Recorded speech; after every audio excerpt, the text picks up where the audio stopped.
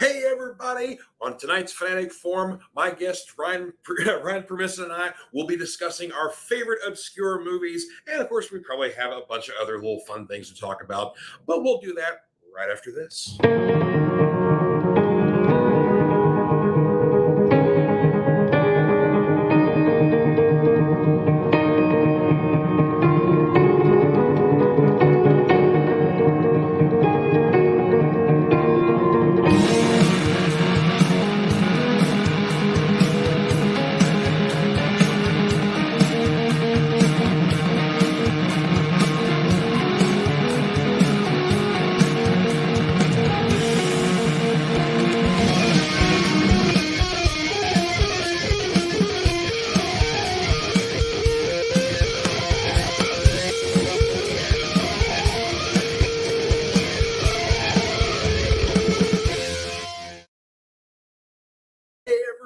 Happy Friday and welcome to the Fanatic Forum. I'm your fanatic and host, George Bueller, and we got a fun one tonight. We are talking favorite obscure movies. Now, of course, these could be movies that bombed at the box office, but you still love them, or they're just so horrible you love them and no one else has seen them, and you're pretty well convinced that no one else has seen this movie, but then suddenly you've met someone who does, and they're your best friend for life. So, we're going to be talking stuff like that. So, all kinds of, weird little fun things or stuff that, whatever.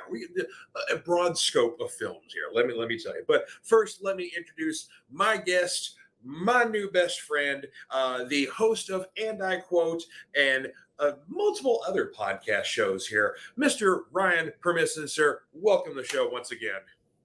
Oh, thank you so much for having me. This is going to be fun. Yeah, movies that are a bit outside of the nether realms, movies that maybe one or two people never heard of, maybe 100 people never heard of. I don't know. Depends on what you have to say in the comments, which I'm very curious. That's the most thing I'm curious about. But yeah, it's always good to be here. You're such a fine gentleman, and you're a fine host, and we love coming back here, whether it's me, Andrea, whoever else you got roped into this circus of yours. But we love it to pieces. And yeah, you are our new best friend because you've been liking, you've been commenting, you've been supporting all the different things that we've been doing. And then Crayley and I, we did an episode of Comic Books: A New Class earlier this week, which, by the way, check that out. That was a lot of fun. We've been getting mass shout outs from that show on social media. I don't know if you've noticed our pages or not, but our pages have been blowing up with messages and comments and people sharing it out. That episode, this most latest one, has almost 200 views, which is crazy. It's absolutely crazy, but we are so appreciative of your support, George, because you're a smart guy. You know how to work things, right? Probably. Right. And the people in the audience, we thank you, honestly. If it weren't for the audience, we would not be doing the things that we are right now. So on behalf of George, myself, anyone else who's watching this, just thank you all, seriously, because if it weren't for the commenters and the people in the sharing sections or the likings, whatever it is, social media acronyms I wouldn't be doing this, and it's fun. I think this stuff is fun. And George, you and I, we like to have fun. So totally, yeah. It's great. So thank you for having me. I know that was a very long-winded introduction of me, myself, and I, but I'm just happy to be here. So thanks for having me. You're welcome. No, of course, the episode you're referring to, you're all talking about non-superhero comics. So you're basically, you're checking out, and then of course that gets the topic going.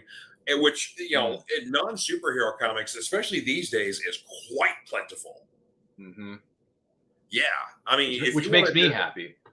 And I mean, it's not even just like, oh, it's only the horror books. No, I mean, there's comedy stuff. There's, like espionage or, noir detective-y kind of things, military books. I mean, or if you want to do like the sword and sorcery kind of stuff there, or, it's all over the place. Mm-hmm. Yeah, it's all over the place, and it's fun. That's Comic Books: The New Class. So look it up after you watch this show because we don't want to stop midstream. Because if we stop midstream, it could be bad. But definitely check it out. Have fun with it. We're all here to have fun. Yeah, don't cross the streams, exactly. But yeah, George, this is a blast, man. I've been here 2 minutes and already I'm having a good time. We haven't even really started yet, so I don't even know. We have another drink over here. We need another one. There we go. It's fun. It's fun. Oh, hey, we got a comment. Hey, my good friend Diane is in the building. Hello, Diane. By the way, she lives in the great state of North Kakalaki. She's in North Carolina, and she's actually going to be going to GalaxyCon in Raleigh, North Carolina next weekend. GalaxyCon, It's one of the biggest shows on the East Coast. And let me tell you, Yep. she's going to be rubbing elbows with the cast of Gilmore Girls, the cast of Smallville. My favorite show, she's going to be sitting next to Tom Welling and Michael freaking Rosenbaum. And I'm like, I want to meet those two boys so bad. So I'm jello of you, Diane. I'm jello of you. Well, that's very nice to have you on the show, Diane. And yeah, that's pretty cool. And of course, she's North Carolina. That's Flair country. Woo! Yeah, woo! Yeah.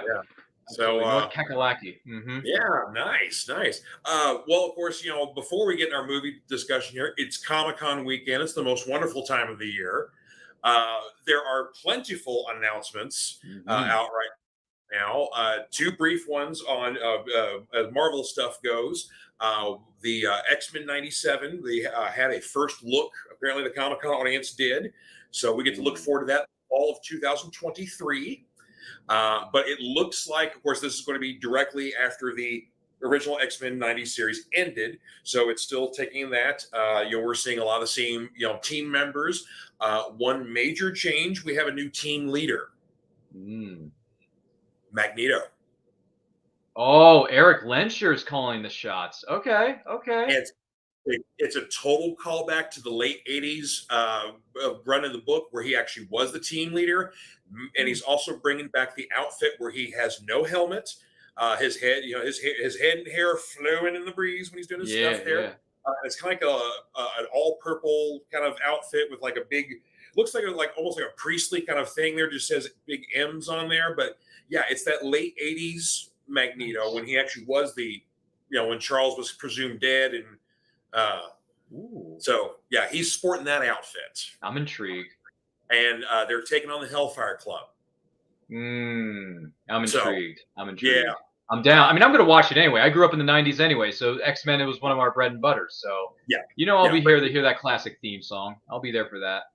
Yeah, but just that little taste they showed. I've just seen like a couple of images of old Magnus there. That's the only image I saw. I'm like, oh, nice. But the other announcements were Marvel Zombies. We get to look forward to that in 2024, as well as the Spider-Man freshman year. Unfortunately, the Spider-Man freshman year animated series is confusing a lot of fans because of where the timeline is. Because we're assuming this is freshman year of high school, except that Charlie Cox is going to reprise his role of Daredevil on the series. So it's like, wait a minute, how's that going to work? I don't know. So a little confused about that one. But anyway, but the Marvel Zombie series also going to be 2024. It will be rated TVMA, a first for Disney Plus. Yeah, they're going to get dark. Okay. It only took them 20 years to do it, but all right. I mean, granted, it's a zombie animated series, but it is a zombie series nonetheless. So it's a lot of death and destruction. Okay. Yes, and eating of things. Eating of things, yeah.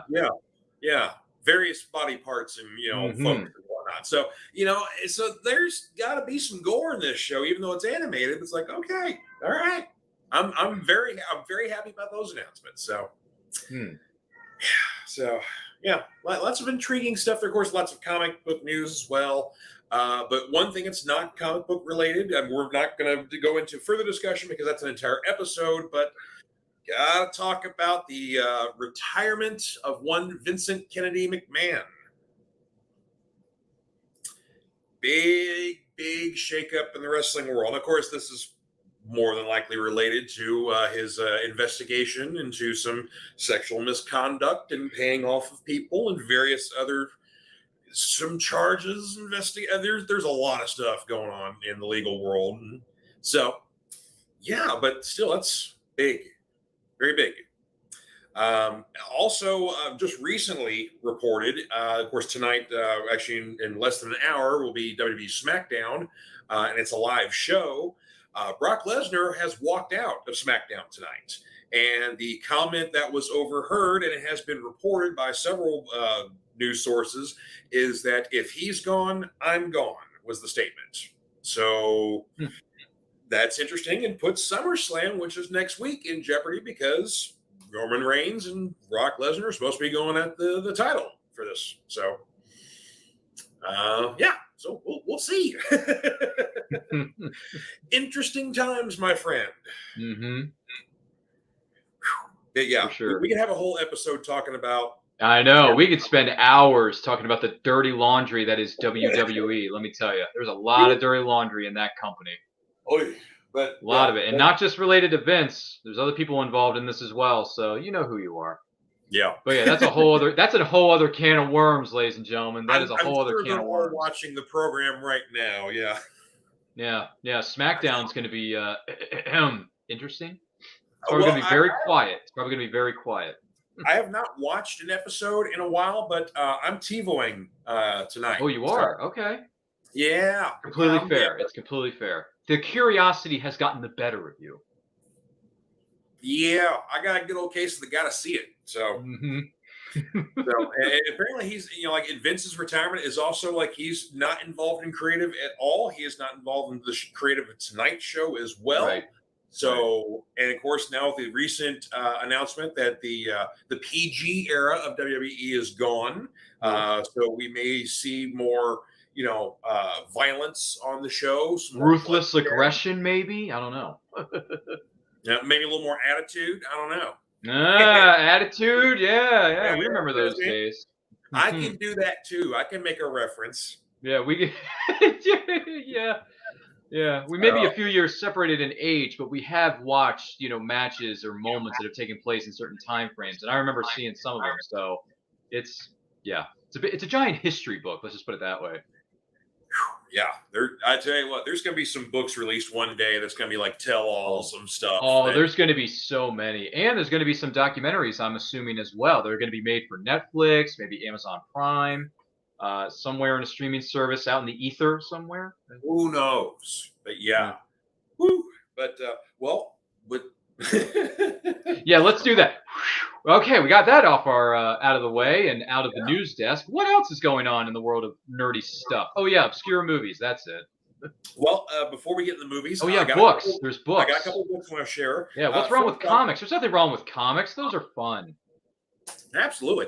One thing I do want to share some news concerning this particular storyline here, the Dark Crisis miniseries. So it has been announced that this will officially undergo a title change. It is now Dark Crisis on Infinite Earths. This is now a direct sequel to the original Crisis on Infinite Earths. Oh my. So apparently in the upcoming issue 3, this will be made abundantly clear what is going on. And so there will be, upon issue 4, 5, and 6, and 7 of the series will be the title change you're going to actually see, on Infinite Earths. But never fear, if you want to be a completist, they will be doing reprints of issues 1 through 3 that will have the title, on there. So, that helps me because I haven't read this. I mean, I have Crisis on Infinite Earths as a paperback sitting on my desk, but once I read that, then I can go right into this. Nice. But of course, if you did actually already go out and buy issues 1 and 2 that are still currently on sale, you got yourself a little bit of a collector's item now. So there you go. So it never hurts to have 1 or 2 of the same thing, because then one you can get graded and the other one you can use as a reader copy. Exactly. But as for other new books this week here, one DC book that's a spin-off of the current DC versus Vampires storyline, but this is DC versus Vampires All Out War. So, and I will let you folks know, if you have not read the DC versus Vampires, I recommend reading the first 6 issues before you get into this one here. Because this is kind of a spin-off here. And of course, you're seeing kind of a ragtag band of misfits. You've got Bane, Deathstroke, Azrael. There's Booster Gold in the background there. There's Ms. Marvel. There's Deadman. So we don't have many heroes left in the DC universe that aren't bloodsuckers. And I mean that literally. They are vampires, and majority of the Justice League have been turned with basically like your chief people in the Justice League that haven't been turned yet are Green Arrow and Black Canary. That's where the list stops. Wow. Like at first it was like Green Arrow and Batman, but then of course, spoiler alert, the issue's already out. Batman finally gets hit, and not only does he not get turned, he gets flat out like killed. So Yeah, so it's rough. Of course, this is not in DC canon. This is a sandbox series, but yeah, it's still brutal because you're seeing a lot of people that are either like being turned, sometimes not in nice ways. They do it in sort of trickery sort of things. So you see a lot of betrayal and friends turning on each other sort of stuff. But then there's sometimes like there's a certain person is deemed too big of a threat, even if they are a vampire, because then the head vampire is afraid that person will take over. So they're getting yeah.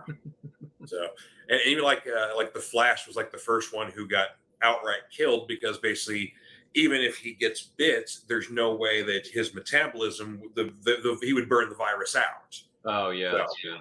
yeah. So basically, speedsters, all of them Yeah. are just outright hunted. So, hmm yeah, I mean, it's a brutal series. But of course, if you're fans of like the Deceased series, and of course the Injustice series, it's the darker side of DC, and it's not playing in the regular canon. It's dark and gritty. That's what it is. We can kill off and do brutal things to anybody we want to. So there you go. Going on to the independents here. Yeah, I'll have to do next week. I'll have to show off my Marvel picks because my local comic store we're still awaiting our shipments of Marvel stuff there because Penguin Random House made a big boo boo. So shaking the finger at you because the business doesn't want to do that. So I'm going to shake the finger at you. So there you go. But yeah, so I'm still awaiting my first issue of Avengers. X-Men Eternals Judgment Day here, which came out. Nice. So yeah, still waiting for that one. But anyway, so some fun ones here. So if you're talking about wrestling, issue 2 of Do a Powerbomb from Image Comics here, brought to you by Daniel Warren Johnson. Almost said love this guy as a creator and an artist, and for a dude who never got into wrestling and then basically during COVID watched Japanese wrestling and was inspired to do this book here. But the first issue, we follow the lead character here, this young lady. Her mother was kind of like the world's greatest wrestler, and then she's killed in the ring in an accident facing this dude right here. And so this weird fella up here is apparently running kind of like almost like a Mortal Kombat sort of tournament because he is like an alien from another dimension and he loves wrestling. And so he's doing a big tournament. And hey, the big prize is you get anything you want. And I can also bring your mom back from the dead if you want to. So she's all into it. The big caveat is this dude up here does not understand that wrestling is a choreographed, entertaining sport. That it is not real. This is not real combat. So basically, we're going to be fighting to the death. Yeah. So, but very, very cool stuff here. Lots of fun. Highly recommend that. Even if you're not a wrestling fan, it's still a fun book. Last one here. Definitely hitting on the nostalgia mark here, but Dynamite released the first issue of Mad Balls versus Garbage Pail Kids. Oh. We ran out of stuff we had to pull out of the nostalgia file. Here comes this nugget. But let me tell you, it's actually a lot of fun. Let me turn to some of the art here. Here we go. This is fun. Just very cartoony. It's total kind of like, as you expect, gross out, kind of toilety humor, whatnot, but still 100% kid friendly. Oh, this is strangely enough, like this is not like MA. This is still like gross out PG friendly stuff. Wow. Yeah. Very good for the kids. Nice. And the fun thing too is like it's like there's one main story in here. There's like a couple like little shorts. There's like some activity pages, quote unquote. Sort of stuff like that. So there's all sorts of things in there. But of course, it is a mini series, so there will be more issues coming out. I think it's a 5-issue series, but yeah, it is interesting. But yeah, it was I did not expect to enjoy it as much as I did. Yeah. Oh, everybody's crossing over with everybody these days. So many crossovers, so little time. That's the thing. No kidding, man. So, Yeah. uh, How many you, uh, speaking of crossovers, did you hear the news about the crossover that they're going to be doing a sequel to with the Mighty Morphin Power Rangers and the Teenage Mutant Ninja Turtles are getting a sequel oh, from Ryan. I hope I'm pronouncing his name right. Is it Ryan? I think it's Ryan Perot. But Ryan Perot and his creative team, they're putting together a sequel for Mighty Morphin Power Rangers / TMNT 2 is coming. nice. So if you grew up in the 90s, like myself, this is a big deal. And it's exciting. These are exciting times for crossovers, especially when you get Ninja Turtles and Power Rangers in comic book form. Anyway, you can't go wrong because I have the first one. I have it over here in my collection. It's a trade paperback. It's really Mhm. good. I liked it. I mean, I didn't get like uber excited when I was reading it because I was like focusing on the story and the characters. I wasn't really letting my nostalgia genes kick in. You know what I mean? So I'm Yep. gonna have to go back and read it again before the sequel comes out. But yeah, they just announced that at SDCC, which is, for those of you who don't know, San Diego Comic Con is the WrestleMania. Nope, I know we're talking. Hey, we talked about wrestling earlier, so we'll mention it again. It's the World Series, it's the Stanley Cup of Comic Cons, and they've been announcing a lot of things recently. And one of them happens to be a TMNT and Power Rangers crossover. It's a sequel to the first one that Ryan Perot and his creative team put together. So if you're not reading Boom Comics, what are you doing with your life? Get on it. Boom Comics is killing it. Boom Comics got some big. I mean, well, their biggest title, "Something Is Killing the Children," is probably Yeah, one of the biggest horror books in the country right now. I So heard. yeah, oh sheesh, man. The first 6 issues of that book alone are pricey. Okay. Yeah, the other back issues are easy to find, but the Hmm. first 6, I mean, because that's the thing is that one of the biggest effects that COVID has had on the comic book industry, especially in the independent, is that Image of Comics announced they're not doing reprints, and some of the other smaller prints have followed suit. Like, so they're not doing like second and third printings of books. Some companies are like Boom is still doing it. Like I think Grimm, which is another big one for them right now, that just started up. The first issue is on its third printing, and issue 2 is on its second printing, and issue 3 Amazing. just came out. So yeah, so that's a hot book right now. So yeah, you're right. Boom is killing it. But Mm-hmm. thank you for the free segue about crossovers, because another crossover was announced at San Diego Comic Con that's been long overdue. Batman and Spawn. Ooh, I'm Yeah, I'm down. I'm we're down. gonna see the return to that one. I'm So down to read that. yeah, the first one was pretty cool. So I remember it being good. I remember like Batman and Punisher was a good one too. But yeah, Batman and Spawn I remember being a decent cover. And I do remember the homage cover they did to Dark Knight Returns, where it was Batman and Spawn both kind of jumping in like the darkness and the lightning crash. Yeah, I think I vaguely, I think I remember that somewhere Yeah, on the internet, somewhere. I can't yeah. remember, but I never read the story. Like I never read the crossover from before. But I'm intrigued to go back and read it because this is the beauty of learning from other people. George tells me something that I didn't know, and I may share something with him that he wasn't aware of, and you learn from each other. That's what you do in this community. Well, you know what? We're going to have a brief station break here for our sponsors, and then we're going to start talking about some obscure movies. And one of those movies I'm not familiar with. So, see, you're going to teach me something today here. So, we're all going to learn stuff here today, but we're going to talk about some movies that maybe are decent flicks, maybe aren't so much. Maybe they're just weird and wacky. But you know what? And this is going to just open up a can of worms of probably lots of other movies that people also love that fall into this category. But first, we're going to take a break here and acknowledge our sponsor, Comic Books for Kids. Comic Books for Kids provides comic books to kids in hospitals and cancer centers across the U.S. It's a place where we can all work together to make sure every child has a comic book. 100% of all proceeds go towards the kids. It's about making a difference, and while they're in the hospital, allowing them to fly like a superhero, battle dragons, or rescue teddy bears. We are in every state in the country and now support over 160 hospitals. Every month, we add more. Visit cb4k.org. All right, and we're back. All right, sir. Well, seeing as you are the guest, you can kick off our discussion here. Would you want to go in chronological order of release of film here?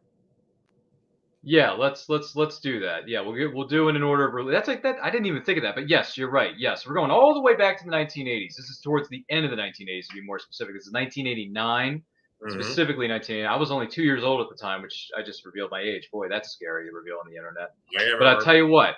No, it's okay. George and I are only 5 years apart. It doesn't matter. I So think I was like, was that 13 or 14? it's I was, okay. It's just a number. yeah. Right? It's just a number. It's just a number. So in 1989, this film came out, and it was a huge marketing campaign for it because it was showing the first ever release in the U.S. of Super Mario Brothers 3. But the movie I'm preferring, yeah. Oh, you got images. All right, I love this. And by the way, I hope to find this poster one day and hang it on my wall. And I hope to find this on VHS because I have it on Blu-ray and DVD, but I Yeah. don't have the triple threat yet, George. I don't have the triple threat. So if someone knows where a VHS copy of this is located, send me a message on social media. But anyway, that's neither here nor there. So I'll keep 1989 my comes eyes around. peeled. What's that? I'll keep my eyes peeled. There you go. Here, All right. there are some areas, some spots like in the Elizabethtown area, and especially you go to Louisville.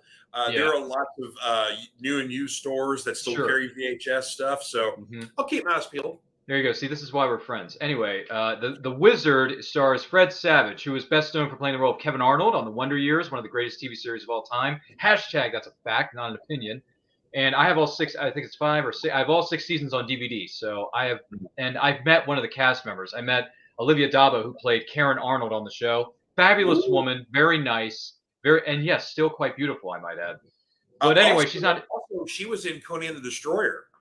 Yes, yes, yes. We didn't get to talking about that because I hadn't watched Conan up to that point, and nor do I want to finish watching that. But anyway, She probably that's wouldn't want to talk about it either. that is a whole other can of worms. But listen, The Wizard is about a young boy who Fred Savage's little brother. Okay, so his little brother is. We later find out years and years later. They do some interviews with some of the cast members, including Luke Edwards, who plays the brother in this Mhm. scenario. And the young boy is he's autistic, but he has a knack for playing video games very well. So Fred Savage, the older brother, takes him and his brother away from home because they don't like the situation that's going on. Their parents are divorced. There's family drama going on, and he doesn't want his brother to see and end up in a home. So he takes them on a road trip to California because the brother, played by Luke Edwards, is obsessed with going to California. We don't know what that reason is until the very end of the movie. Hashtag I'm not going to reveal the spoiler. Mhm. So they go on the road together. They meet up with this girl played by, I believe it's not Juliet Lewis, but I can't remember the woman's name. But anyway, so Haley is the character. So they meet up with Haley. They go on the road and they go to California for the video game championships in Los Angeles, specifically called Video Armageddon. And if you win Video Armageddon, you win a cash prize. Okay, this cash Mhm. prize is like 50 grand or something like that. In those days, that was a crap ton of money. That So was they, big. oh, hi, kitty cat. Hey, listen, cats are awesome. And so This they is go. Iris. Which one? Iris. Iris, good to see you. Welcome to the camera and welcome to the program. So they go to California. They go on an adventure of a lifetime, playing all kinds of video games that are NES centered. These are Nintendo Entertainment System video games. They play Double Dragon. They play Rad Racer. They play pretty much any game you could think of that was Mhm. out at the time of 1989 AD under the sun. So it's a road trip movie. It's a family movie. It's a savant kind of film when you find out what your special abilities are and you use them. I mean, Yep. granted, Corey, who's played by Fred Savage, is using his brother. What's his little brother? Oh, what's his little brother's name? It's killing. I should know this movie by heart. It's killing me. But Jimmy Woods. Okay, so it's fun. It's got tons of video game references in it. It's got video game footage. It's got video game theme songs. This was a marketing campaign for Super Mario Brothers 3. That's literally what this movie is. But at the same time, it's Fred Savage, guys. It's Fred freaking Savage from the Wonder Years, okay? Yeah, I mean, it's right at that age level he's in, so you've loved him. He is That in his prime in this movie. Like he is at his peak in this movie. Like this movie came out when he was still filming the Wonder Years, like the early seasons of the Wonder Years, and he was also filming Little Monsters with Howie Mandel. So Oh yeah. this is like, you know what I mean? Like the kid had a trilogy in the 1980s. He had Wonder Years, he had this, Yeah. and he had Little Monsters.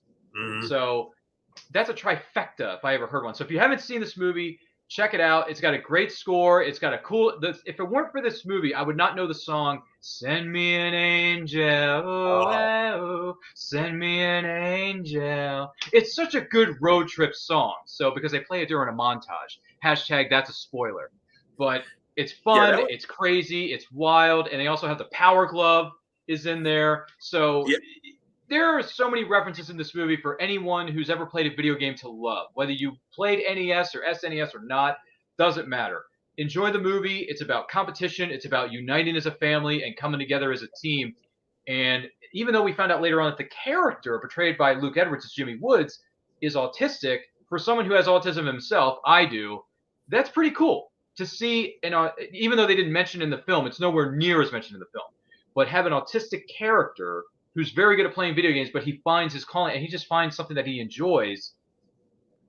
That's something to, hang your hat on, I guess. So if you want to pick this up, it's available on shoutfactory.com. They had an Ultimate Edition come out a few years ago. I believe it was for the 30th anniversary, George, if I'm not mistaken. Yeah, something like that. Yeah, around that time. So if you haven't seen this movie, look for it on your local streaming service. But if not, it's definitely available on DVD. It's available on Blu-ray, on Amazon, on shoutfactory.com. Check them out. Hashtag not a sponsor. And I think you may enjoy it. Yeah, I haven't seen it, I think since it came out, because I rented it on VHS after it was out in theaters.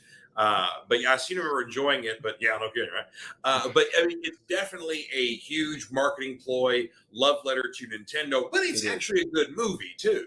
Yeah. But yeah, you're right. Like the big thing is like the big reveal was we got to see Super Mario 3 footage. The Power Glove was still fairly new, so I remember that being featured a lot too. So yeah, I mean, it was definitely like buy Nintendo, buy Nintendo, buy Nintendo. It's a giant. It was a marketing campaign, and it worked. For the most part, it worked effectively when it comes to the video game market. Movie-wise, this film was a financial bomb. It bombed horribly. It came out around Christmas time, 1989, when you had all kinds of movies that were vying for your attention. I mean, let's face it. The holiday season is a very busy season for movie theaters and movie theater owners. So this movie had an uphill battle. I think it only made less than $10 million on like a $15 million budget. So it had problems box office wise. I don't think it got the most favorable of reviews from critics, or maybe some audiences didn't like it. But it found a following later on VHS, which is the reason I like it so much. I mean, I went to my mom and pop store at the beach called West Coast Video at the time, and we rented this thing numerous times because my brother kept telling me, you got to see this movie. And eventually when I saw it, I was like, you know what? This is enjoyable. It's fun. It has comedic moments. It has video game competition that I didn't know what video game competition was. I had no idea what it was. And I'm watching these kids battle it out against, people who are in their 40s, people who are in their teens, whatever. It's like, man, video games appeal to a lot of different people. I was not aware of this. So it was a bit of a learning curve for me at the tender age of, I don't know, I didn't see this movie until I was like 7 or 8 years old. But dude, going to the mom and pop VHS stores, it was fun renting this sucker. Let me tell you. Totally. Let's see. I will go next with my first film in chronological order here. Some may know this one, but this is one of my favorites genre that doesn't fit into a genre at all. It made its own genre here, but I'm talking about the rock and roll fable 1984 Streets of Fire. This is Michael Pare at his finest, fresh off of Eddie and the Cruisers. Which was a bit of a financial success for him. It was kind of one of those movies that no one saw coming, and then here's this biopic about a band that did not exist, and then we also get a bit of a murder mystery sort of thing too, and but Streets of Fire, directed by action Artur Walter Hill, who brought us The Warriors, 48 Hours, Last Man Standing, all sorts of fine films. But this is, like I said, this one, it does not, the reason why this movie did not work in the box office and found its audience later on is because they didn't know how to market this damn thing. Because we're dealing with basically, it's part musical, it's an action film, and it looks like it's a period piece, but we don't know what period it is because we get like 1950s influence. And then there's clearly some 80s current influence going on. So we don't know what's happening in this thing. But ultimately what it is that Diane Lane, at the tender age of 18 at the time when she was doing this movie, so she is gorgeous in this film. More gorgeous than The Outsiders? Yeah, because they kind of made her, they kind of did her up a little bit more too. So she's basically a rock star in this movie. So touche, it's rock star hot. Yeah. Oh, okay. Yeah. Yeah. Okay. I mean, there's Cherry Valance, and then there's Ellen Aim. Okay, so got it. So, but yeah, she plays the role of Ellen Aim, lead singer of Ellen Aim and the Attack. They are very much a Pat Benatar sort of influence, sort of thing like that, where she's the lead, very strong female role here, and then her band is all kind of done up in like weird suits and big kind of pompadour haircuts. But they're currently playing some very modern sounding music. The interesting thing about the music in this film is that the two biggest songs in the film, they have like the big concert scenes for. The songs are written by Jim Steinman of Meatloaf fame, who basically all of Meatloaf's hits this dude wrote. Also responsible for Total Eclipse of the Heart. A Meatloaf song that Celine Dion turned into a bigger hit. It's All Coming Back to Me Now. All those big, very dramatic pop songs that all last like 6 minutes. Yeah, Jim's got a couple on here, but there's also Stevie Nicks song on here that's really good. The big hit that came from this film, the only thing that saw financial success, was the Dan Hartman 80s pop hit "I Can Dream About You." So yeah, this came from that movie. So even though Dan Hartman is not represented, what is represented was a doo-wop group that performed this song that's clearly sung by a white guy, but for some reason they decided that 4 black men were going to sing this song. And it's also not a song sung by 4 dudes. It's clearly sung by 1 dude. But 4 dudes were singing this song. We're not going to get into that part. But anyway, unfortunately, during a big concert in her hometown, Ellen Aim is kidnapped on stage by a band of ruffians led by an equally young Willem Dafoe. Oh my God. Yeah, this had a good cast in it. That's a heck of a cast. Yeah. Let's see. Trying to think who. Of course, like I said, Michael Prey's the lead in it. Michael Prey's got a sidekick role that basically they didn't quite define her as lesbian, but she's pretty much as like stereotypical lesbian as one could get. Very butch. She's not into dudes whatsoever, but she's the tough chick, and she's a sidekick.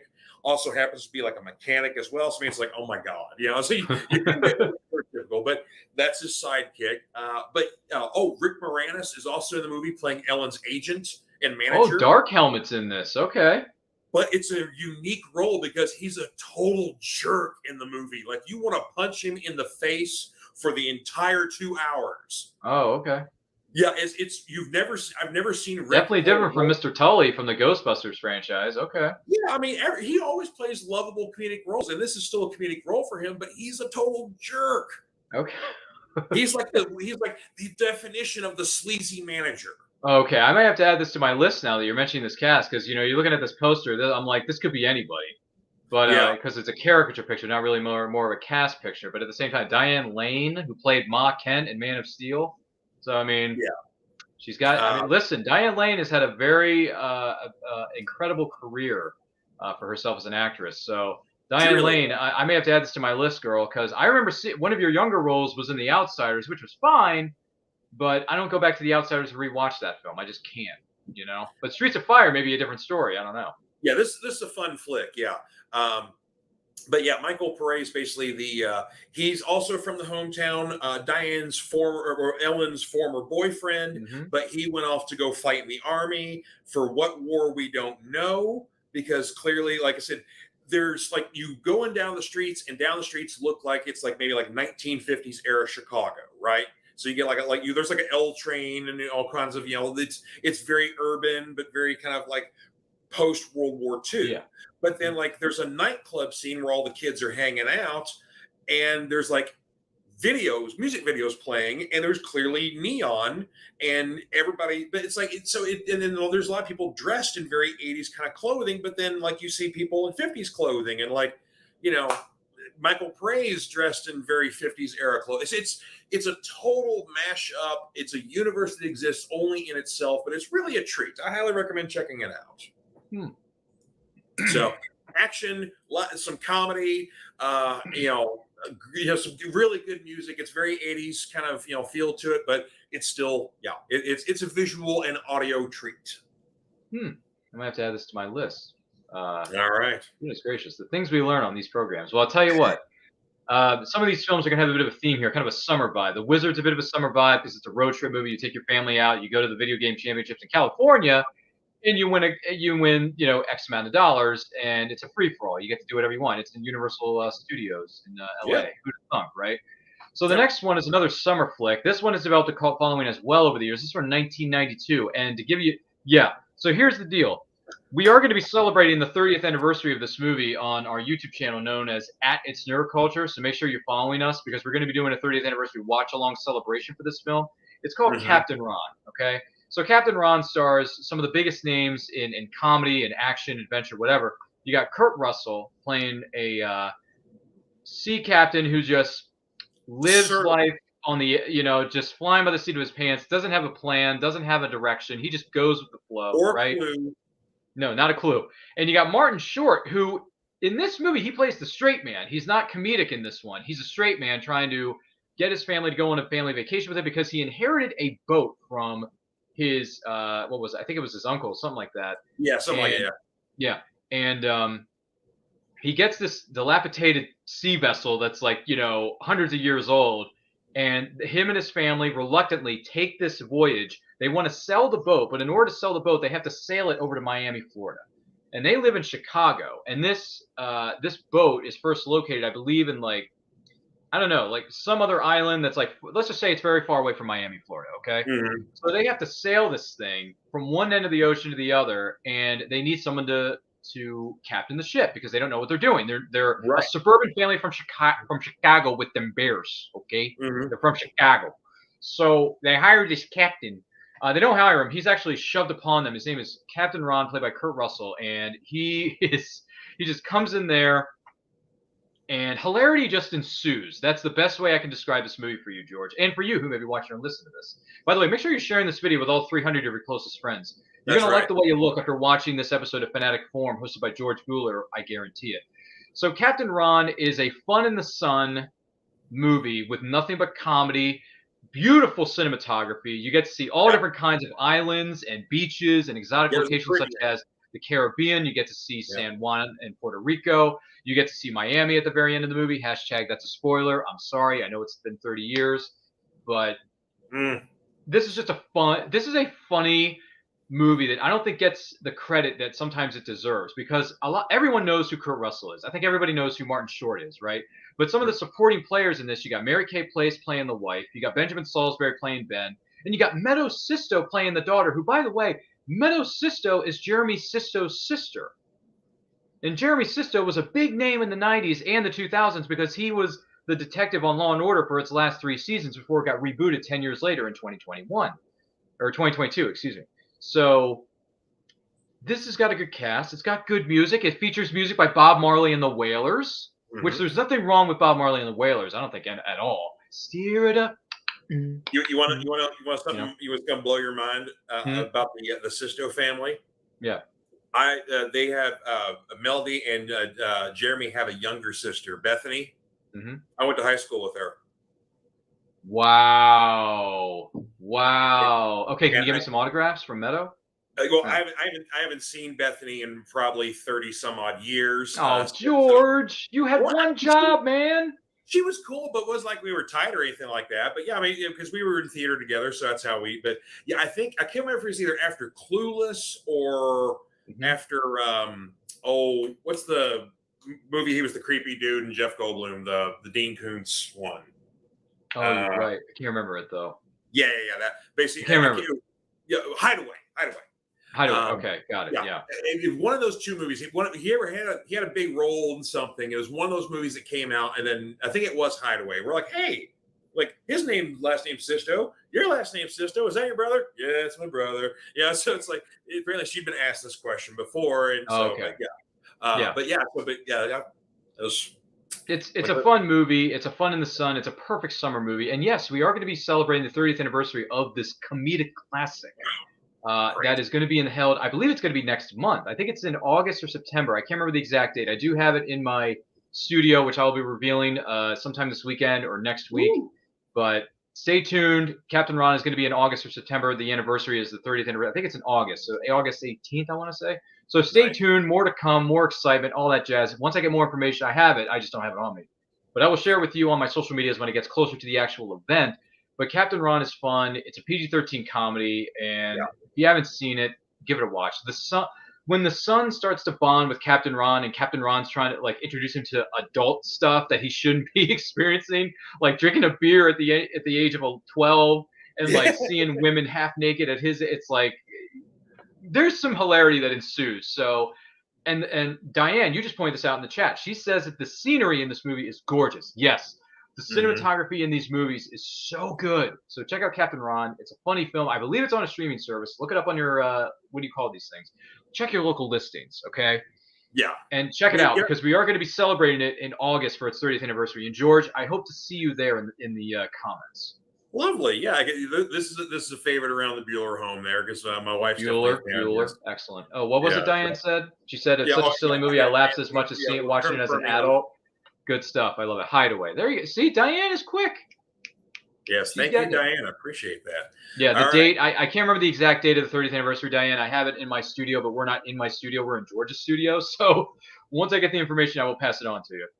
Yes. All right. Yeah, we dropped that comment there, Diane. I'm telling you, this is fun. This is just too much fun. I mean, I'm trying to hide there we go. I was trying to hide the hideaway, and it wouldn't hide. Hideaway. Yeah.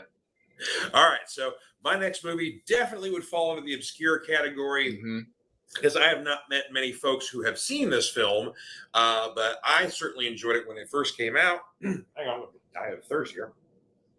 By the way, Diane just said, I had this movie, Captain Ron, on VHS. I may watch it using my VCR. Oh, my God. Listen, Diane, I have it on DVD and VHS, so we're twins on that one. All right. So now I'm not choking on my own saliva here. I know. Enough about Ryan. Let's talk about George for a minute. All right. So next one up on my list here, 1990s, Mr. Frost. Now, this was a British film that was released in the States, starring Jeff Goldblum, also starring, Kathy Baker is the female lead in the movie, playing with a psychologist. Alan Dale, British actor, is also in this movie. But the plot is that Alan Dale is a police officer, investigator, who on a tip goes to Mr. Frost's home and has a lovely little chat over tea and yada, yada, yada, and happens to bring up a missing person. Do you know who this person is or have their whereabouts? Oh, yeah, well, I just finished burying them when you showed up. What? So next scene is the police unearthing Mr. Frost's front yard, only to find 24 corpses, all of varying ages and sexes. And basically, he was going after anybody. And then apparently also in Mr. Frost's home are video cassettes of him torturing all these people to their demise. So very sinister person here. Upon Mr. Frost's arrest and put in jail and all that stuff, there's no even need for a trial. He totally confesses to everything. So he's straight to jail. He does not speak for 2 years. They put him in an asylum, and upon arriving at the asylum and sees the psychologist played by Kathy Baker, suddenly he's all chatty again, but very much claiming that he is the devil himself. It's very much a Rosemary's Baby kind of film where it's a lot of psychology. It's a lot of fragile people being manipulated to do evil things. A lot of, the patients in the asylum being taken advantage of and, going out to commit sort of acts of evil and whatnot. So, Mr. Frost doesn't actually do anything, but a lot of people do things in his name. So, ultimately what happens is he's basically telling his psychologist, again played by Kathy Baker, that the ultimate sin a psychologist in the modern day can do is murder one of their patients. So he's basically trying to convince her the whole time, that's what you need to do to me. And ultimately, she is basically pushed to this state. She does do this, and he's in a big monologue, and she shoots him mid monologue. After he dies, she finishes the monologue in his voice. So, meaning that Mr. Frost has transferred to this poor psychologist, and now he's around in her form. An interesting gimmick that Mr. Frost did throughout the film is there's times he would catch a fly and then put it to his ear like he's listening for a report, because Lord of the Flies, like that, right? Yeah. There's different cuts of the movie because I hadn't seen this movie in quite some time because it is out of print. It's never been put on DVD in the United States. Oh, wow. I think there are copies you can get that are region free that come from New Zealand, but it is under the title "The Sinister Mr. Frost." So it's one, it's a movie that's under the been retitled sort of thing. But anywho, but there are different cuts of the film because the original cut of the film I saw is once the psychologist is being loaded into an ambulance, they think she's all traumatized because she's not speaking.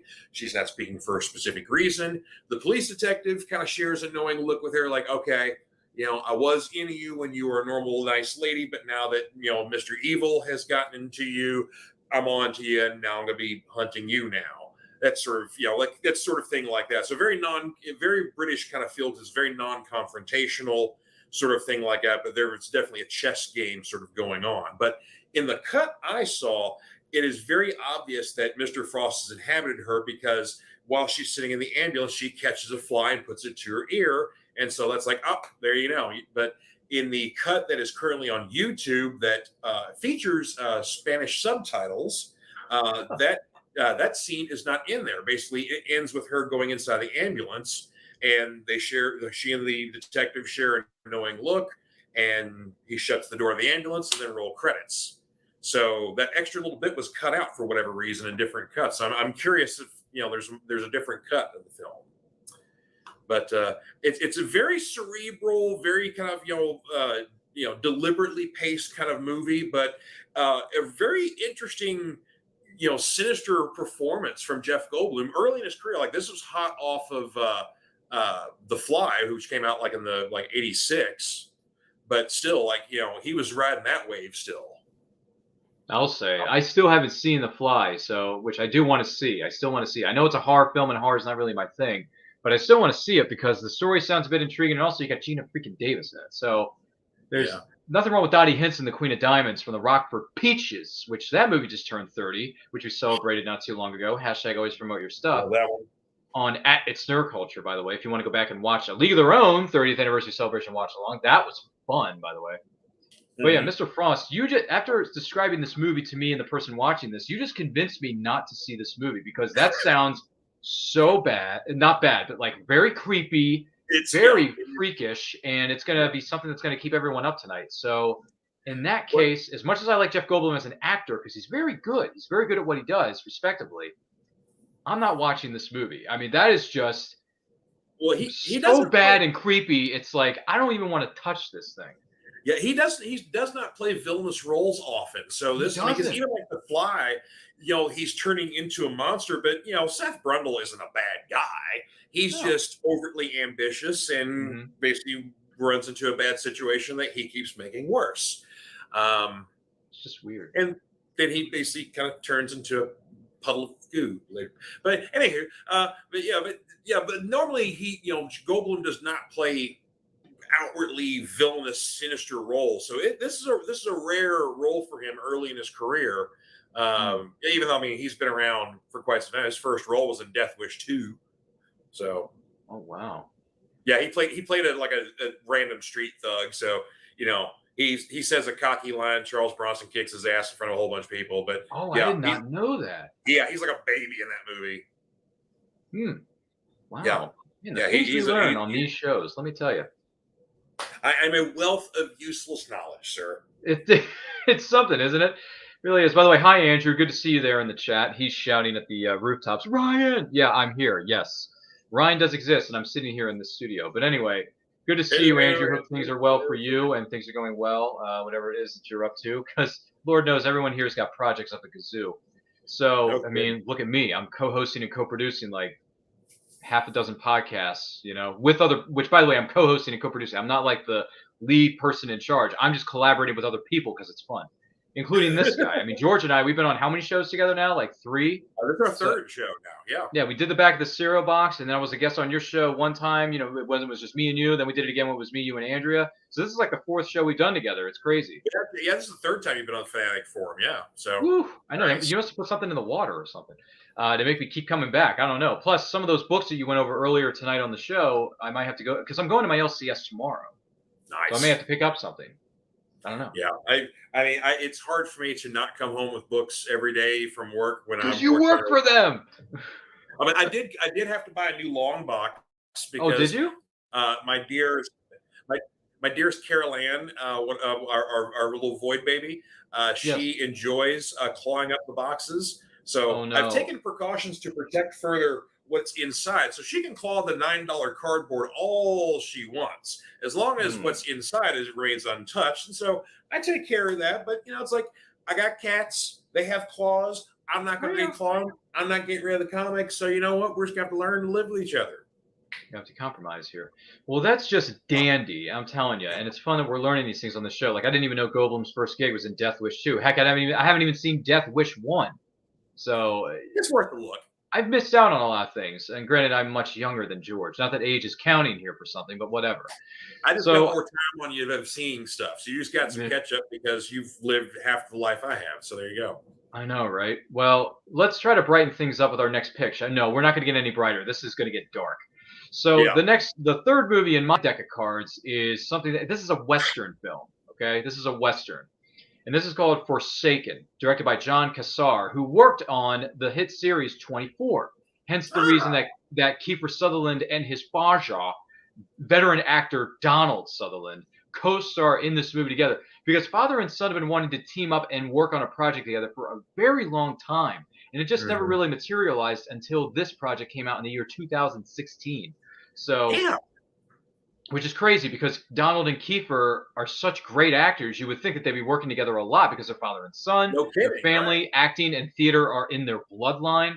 So, but they didn't start working. They didn't work yet until this. So anyway, Forsaken is about a man named John Clayton. I want to say. I think it's John Clayton. So Kiefer Sutherland's character went to war in the 1860s, the Civil War.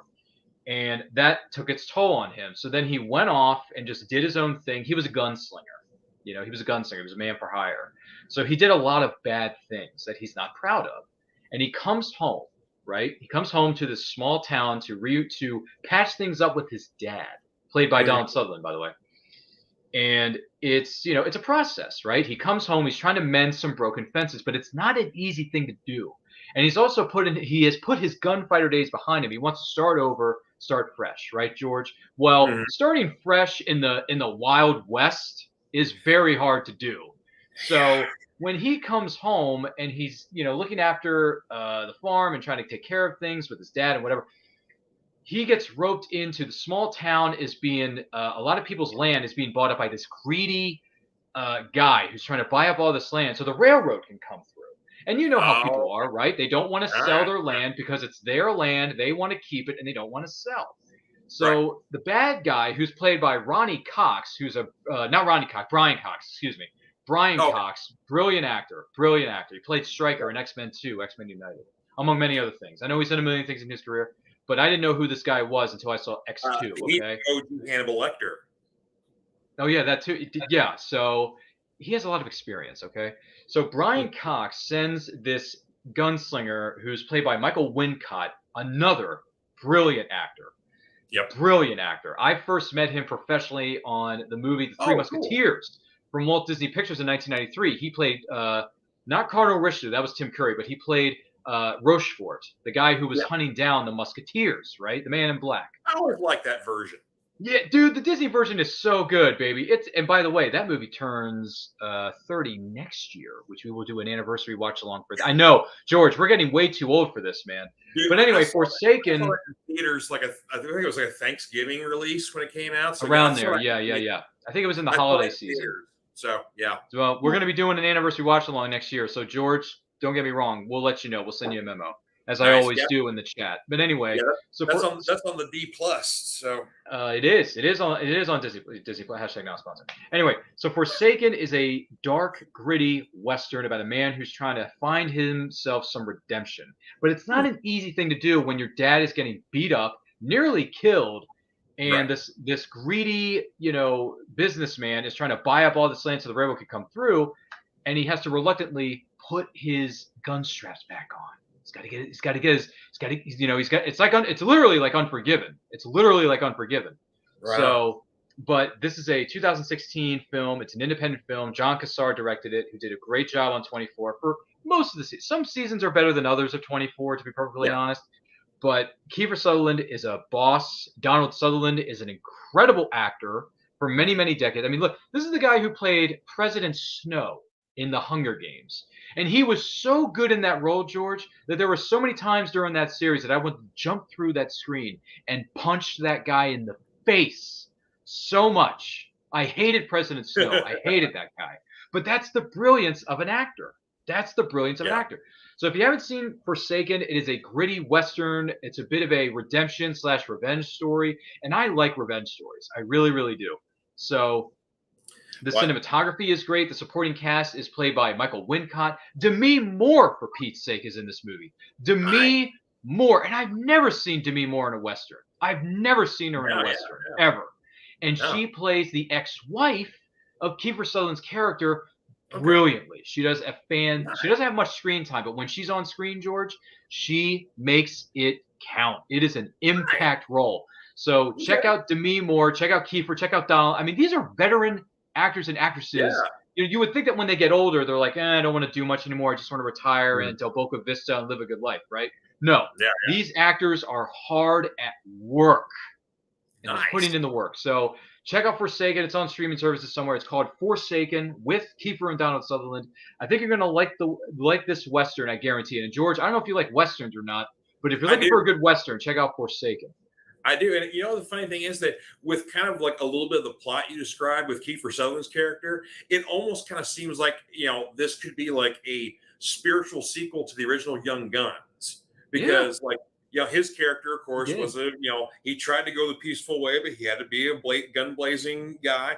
They also had to deal with a greedy land baron, played by Jack. Land baron, sort of thing like that. So it kind of like not a direct sequel, but it definitely a spiritual kind of sequel feels like.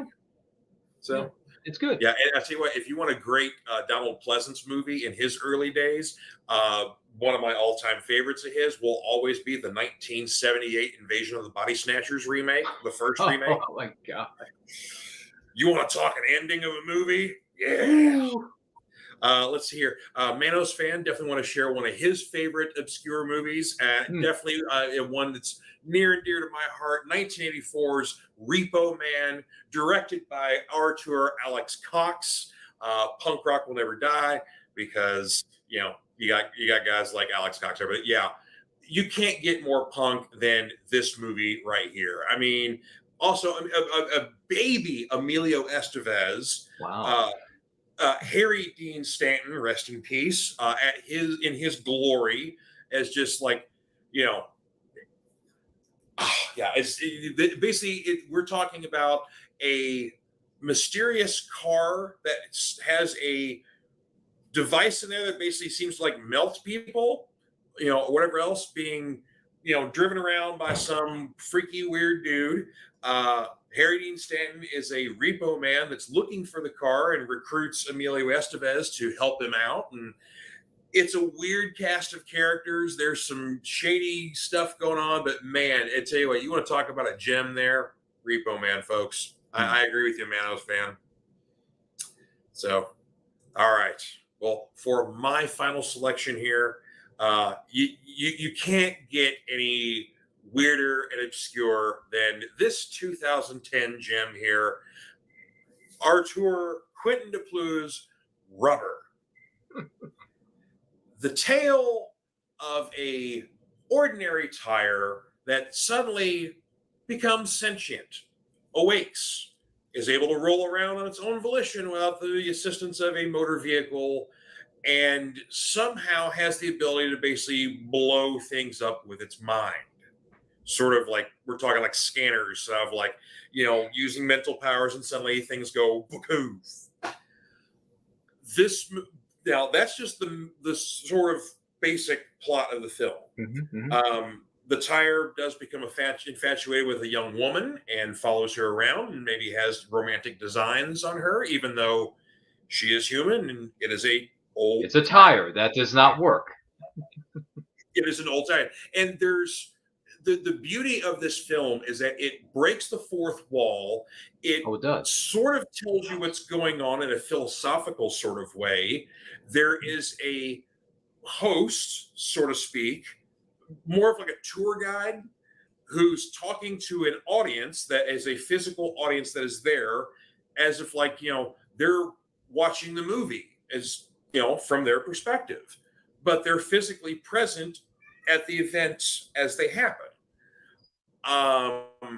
There's all sorts of things that happen in the film that really don't have an explanation. They just are. And that's kind of the main theme about this movie. Sometimes there are things in this world that they don't have an explanation. There's no reason for them. They just are. So, hence we have a tale of a rubber tire that becomes sentient and decides to go out and kill anything that irritates it, but then also falls in love. Who's the love interest in this movie? Do we know who the actress is? That's the thing. There's really no one in this movie. There's a couple of faces you recognize, like maybe they've been in other stuff. Like, let's see here. Was it Cole Hauser? I'm trying to think. Cole Hauser. Yeah. I'm getting the Google machine I know him. Good actor. I know of. There we go. Okay, here. I saw an advertisement for this at a place called Movie Stop back in the day. Wings Hauser. Yeah, Wings Hauser and Steven Spinella are really the only actors I kind of recognized in the movie. Everybody else are, actors really haven't been in much anything, but that's kind of what Quentin likes to do. He likes to basically, he's very much, a style, heavy sort of thing. Like, he's also goes under the DJ name of Mr. Ozio, and Mr. Ozio does the score for most of the movie. So it's very like electronica, kind of bass sort of stuff there. So, it's like I said, it is a truly unique movie. And if you like weird stuff, it's one of those, you buy the ticket, you take the ride from the first frame of the movie. So, just out of curiosity, though, I know we're getting into spoiler territory. Does the tire end up with the woman, or does the woman realize that this isn't going to work? Well, for the most part, she's not realizing, that's the thing is that because it's a tire, for the most part, no one's suspecting what's going on until very late in the movie. And then everybody finally starts putting it together like, all right, bear with me, folks. It's the tire. Okay. Yeah. But no, it does not work out with the tire and the lady. Thank goodness. Yeah, she has better things. That would have been dangerous territory hypothetically we would have been exploring. And that's something that Ryan doesn't want to go near. So, I saw an advertisement for this. I don't think it was in a movie theater, but there was a place called Movie Stop, which was a sublet of GameStop, okay? So Movie Stop sold a lot of Blu-rays and DVDs, and they would sell these, all kinds of different films, right? And one of them, there was an advertisement. I think they had like a poster for it. And the guy who owned the store, I think Clint owned the store at the time. He and I were friends. And we still are to this day. I just haven't talked to him in a while. No offense, Clint. But he had the poster on the store wall, right, as a coming soon kind of thing. And I'm like, what the heck is this? And he says it's about a tire that that's alive or whatever. And I'm like, so basically this movie is about nothing but an actual tire. He says, yeah. And I said, why? I don't get it. I don't get it. So I saw the poster. He's talking how excited he is about it. And then when the movie came out, he told me how much he loved it. And I'm like, it's like Tom Hanks in that movie Big. I still don't get it. So I'm not going to get this. I'm probably never going to get it. And that's fine because some movies are not for everybody. And also, a tire that is alive and trying to go after a woman is just, That's a whole other rabbit hole that we are not going to go down on this show because we want to keep this show family friendly for the most part. So, good picks by the host of this show, George. I think my picks now are not as obscure as George's are, but hey, listen, this isn't a competition. It's just what movies do you like that maybe the general audience doesn't know about? And I thought, you know what? The Wizard is a cult classic, in my opinion. Captain Ron has developed a following over the years. It has, maybe not quite as big as you may think, but it's got a following. As has Streets of Fire. Streets of Fire definitely has a cult following to it. Yeah. But Forsaken, I think I'm one of 2 people that have seen that movie. I'm definitely intrigued to see that one, though. And I like Westerns. I do like Westerns. Yeah. So, I mean, listen, I wasn't a big fan of Westerns growing up as a kid. I didn't really care much for them. But then when you get older and you get a little wiser, and you get the gray hairs on the back of your head, you know, you're thinking, you know what? I'm going to grow some wisdom here, man. Explore other genres. So I explored the Western genre because my late father liked it so much. I'm like, I wonder what So I finally got around to seeing films like The Quick and the Dead and Tombstone and you know, some of the other Western films that are like big, like what was the other one? A Fistful of Dollars, A Few Dollars More, The Good, the Bad, and the Ugly, all that jazz. And I'm realizing that, you know, these films were made X amount of years ago, but they're still good. Like they still hold up. So, and Westerns are good because Western, for the most part, not a lot, but some of them are about getting revenge. And I like revenge movies. So if it's a Western and it's a revenge flick, George, you can bet your bottom dollar I'm going to sit down and watch it. I don't care how good or bad it is. I mean, look at me. I ranked my top 5 favorite Westerns on my Letterboxd account, which, by the way, if you go to letterboxd.com/RyanMovieBuff, you can find me in all my different lists of all the different rankings of different films that I've ranked over the years. And one of my favorite Westerns is The Quick and the Dead. Oh, yeah, that's a good one. Sam Raimi. You know? Yeah. So there you go. But listen, I hope you enjoyed George's crazy, wacky, outside the box list, whereas mine is more inside the box, more than outside the box. But listen, that's the thing about these shows. You need a yin as opposed to a yang. So when you get a yin and a yang, you balance each other out. And I said obscure. So I mean, hey, you know, I got to go obscure. And I would be remiss if I left one out. I don't have an image for this one here, but my buddy Andy and I, we had a group of friends of ours that we would have some beverages and watch weird stuff. So a lot of especially the older obscure films I've seen of many genres. A lot of those definitely were those nights hanging out over at Andy's place there. But one he said I had to talk about that is a very infamous one is Black Devil Doll from Hell. If you want to talk a blaxploitation possession of an item kind of movie that is just terrible on every imaginable level. Is it? I mean, is that true? Yeah. Okay. Yeah, I mean, because there have been like lots of blaxploitation films, especially in the horror genre, were really lacking. Like basically, your standouts were like Blackula, you know. But like, right, there was that one, yeah. That's right. Yeah, Abby, which basically is like the blaxploitation version of The Exorcist, which for the most part, Abby has some good spots in it. And I think with like better direction and maybe $5 more, it probably could have been a better film. But it has some trouble and some budgetary issues because it did not have, you know, the money that the original Exorcist had. But yeah, I think Abby had some different themes to it for sure.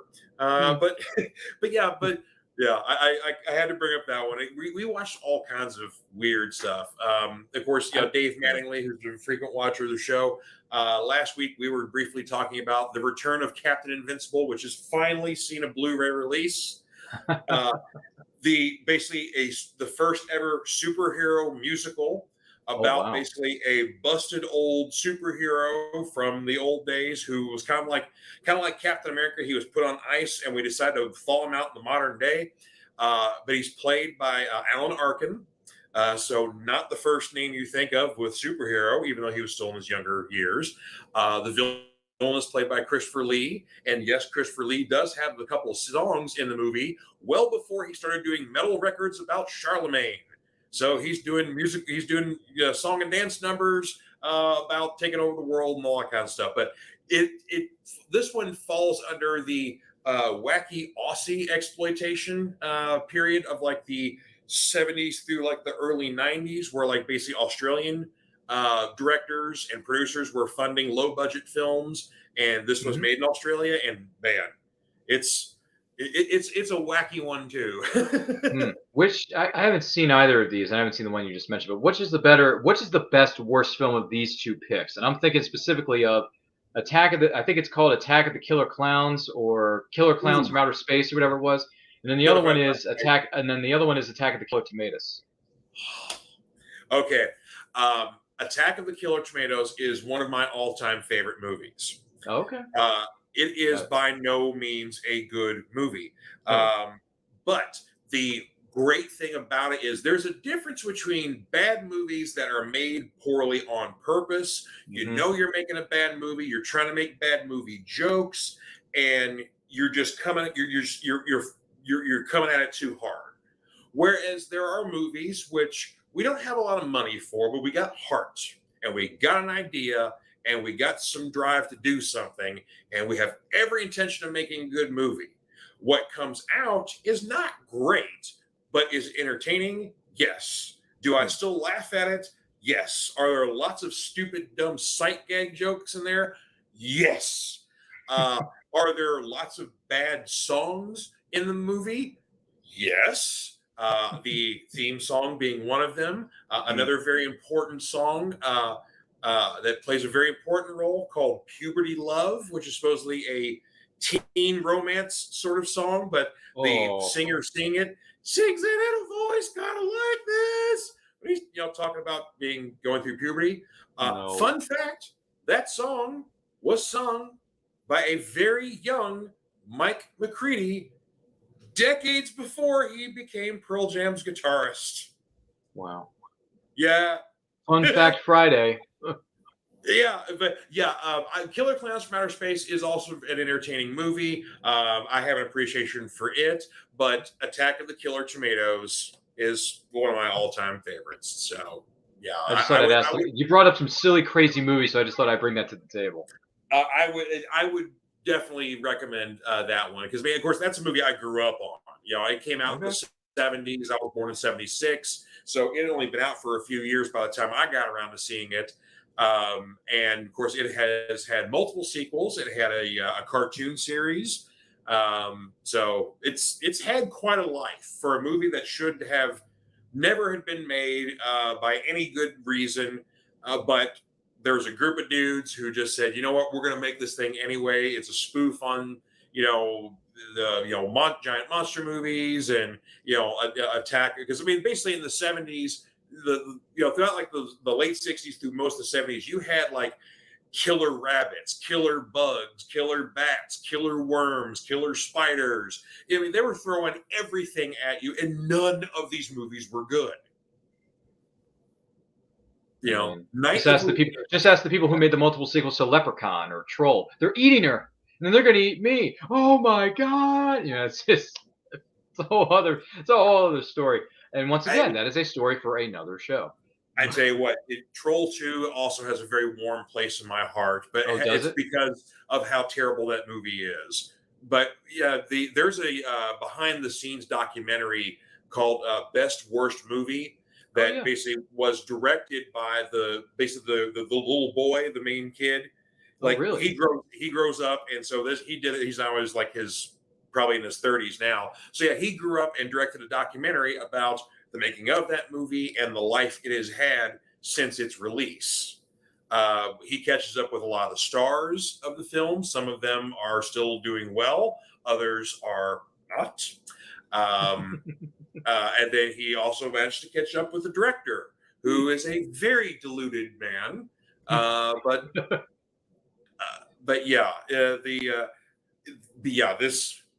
Let's just say that stranger things have happened in Hollywood's history. Yeah, but yeah, if you're a fan of Troll 2 and if you've not seen the documentary Best Worst Movie, I highly recommend doing so. It's a total love letter. You learn lots of fun facts about the movie, catch up with a lot of the stars. I should say, because no one in that movie is gone on to do other movies. Yeah, Boy, that's a funny note to end on. I know, right? We're talking about best obscure movies, and we end Outside up the talking box, about ladies and Troll gentlemen. 2. We are outside of the box here. You know, We have kicked down the walls of the box. There is no box anymore. nah. Nothing to see I mean, here. look at the cats. The cats messed up one of the boxes, so we had to get a new long box. That's right. Yeah, I already tossed the box out. I would have shown you, but how it maintained its structural form was truly a miracle. Because once I removed all the comics from it, all the box completely broke down on its own, so I didn't have to do it myself. So yeah, like I said, I love my kitty girls to death, but yeah, the claws come out and she loves clawing on the boxes and whatnot. So like, you know what? Like Cardboard. I said, $9 cardboard, it's all yours. Like anytime an Amazon shipment comes in, that box doesn't have a shot in Hades. So it's just our babies love cardboard. They cats love boxes. They love clawing boxes and sitting in boxes.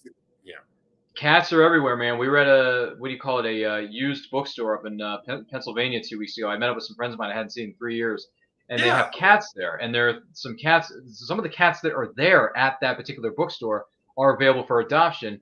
And I had so much fun, meeting with them and petting them and seeing where they were, because they were roaming around the store and whatnot. Yeah. So one of them actually took a book off a shelf, and I'm like, dang, these cats are strong. They took a little paperback book off this like lower shelf, because cats can't reach that high, but they can reach pretty high. So he grabs the book off the shelf and it throws on the ground. I'm like, I look at him, I say, "You gonna pick that up? You gonna put it back?" And then he just looks at me like, and then he just turns around and just walks away. So cats will be cats, you know what I mean? But it was fun to visit that bookstore. So if you're ever in the Enola, Pennsylvania area and you're looking for a bookstore called Cupboard Maker Books, wonderful place, wonderful owners of the store, I might add, great selection of books and reading materials, and they have cats roaming around. So what could be better than books and a cat?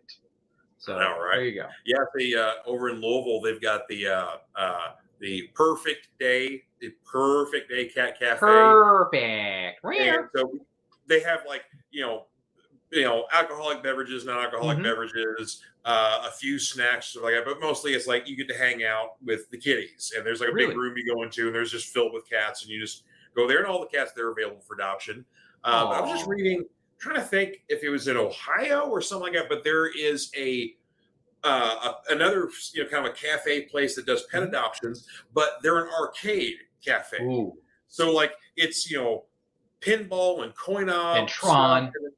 And then they've actually got like little couches and stuff like that where you could play console games and stuff too. Really? But then they also have adoptable cats there. So like you can sit there and like play some old Nintendo and have a cat in your lap. Well, if you ever find this article or the location of this establishment, send me a link in the messenger chat. Yeah, I got to, because they popped up in my Facebook feed, and so, but I need to find out where they are and visit them. Yeah, well, I think you, me, and everyone else, should go over there and visit them.